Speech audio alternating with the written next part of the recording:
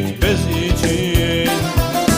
Yaz dostum, boşa geçmiş ömre yaşam denir mi?